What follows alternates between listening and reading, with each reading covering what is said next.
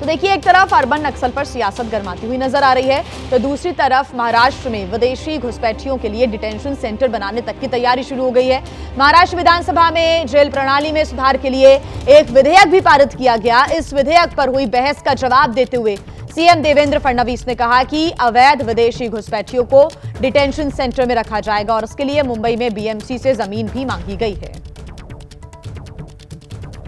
देवेंद्र फडणवीस ने कहा है कि मुंबई में घुसपैठियों के लिए डिटेंशन कैंप बनेगा, उनको डिपोर्ट किया जाएगा।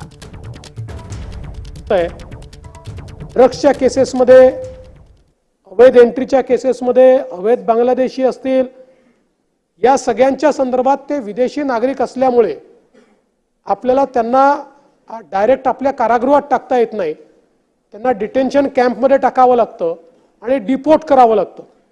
आणि म्हणून डिटेंशन कॅम्प तयार करण्याकरता आपण हातात घेतलाय। मागच्या काळात बीएमसीने एक जागा आपल्याला दिलेली आहे, पण ती जागा डिटेंशन कॅम्पच्या नॉर्म्समध्ये बसत नाहीये, म्हणून दुसरी जागा आपण मागितली आहे। बीएमसीने त्या ठिकाणी तशी जागा देण्याच्या संदर्भात आपल्याला सांगितलेलं आहे। त्यामुळे लवकरच मुंबईमध्ये एक चांगलं डिटेंशन सेंटर हे देखील आपण तयार करू।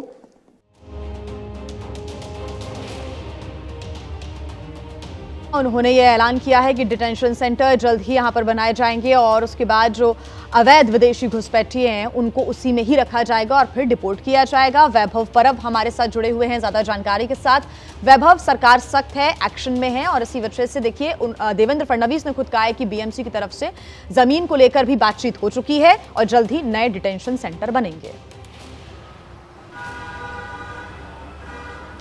जी बिल्कुल, देखा गया तो महाराष्ट्र और मुंबई में पहले परप्रांतियों को लेकर वाद विवाद चलता था, लेकिन अब मुद्दा है वो बदल गया है। अब विदेशियों को लेकर ये मुद्दा है गर्म होते हुए नजर आ रहा है। देवेंद्र फडणवीस का रुख था सीधा बांग्लादेशी और रोहिंग्या तक, क्योंकि विधानसभा चुनाव से पहले एक टीसीएस से रिपोर्ट आया था कि 2055 तक ये संख्या है वो अधिक तौर पर बढ़ जाएगी और इसी को लेकर महाराष्ट्र में हिंदू के मुद्दे पर ये चुनाव लड़ा गया था। अब देखिए, महाराष्ट्र में बांग्लादेशी घुसपैठी ज़्यादा है, ड्रगिस्ट की संख्या ज़्यादा है, ऐसे में इनको पकड़ना और इनके ऊपर कार्रवाई करना महाराष्ट्र की पुलिस को बड़ी तकलीफ होती हुई नजर आ रही है। और इसके ऊपर लॉ एंड जुडिशरी जो काम करी है उसको लेकर डिटेंशन सेंटर की बात जो देवेंद्र फडणवीस ने रखी है वो काफ़ी दिनों से ही इसके ऊपर अभ्यासपूर्ण चल रहा था, लेकिन अब देखा गया है तो देवेंद्र फडणवीस ने सीधा विधानसभा में ये विधायक रखते हुए कहा कि आने वाले दिनों में हम इसके ऊपर डिटेंशन सेंटर निकाल रहे हैं। हमने बीएमसी भी जगह मांगी थी। देखिए, मुंबई बहुत छोटी है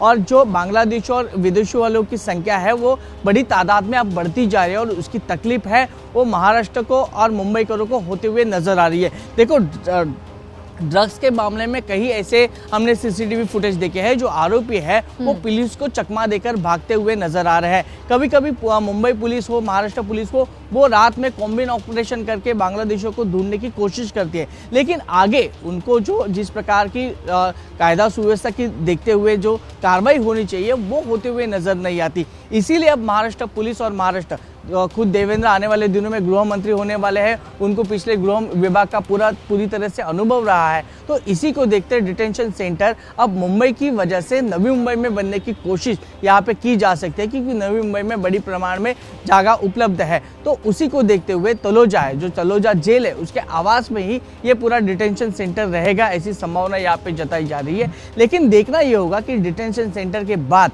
क्या ये विदेशी का मामला है वो कम होते हुए नजर आएगा, बांग्लादेशियों की संख्या वो कम होते हुए नजर आएगी, ये देखना बड़ा महत्वपूर्ण होगा। जी हाँ।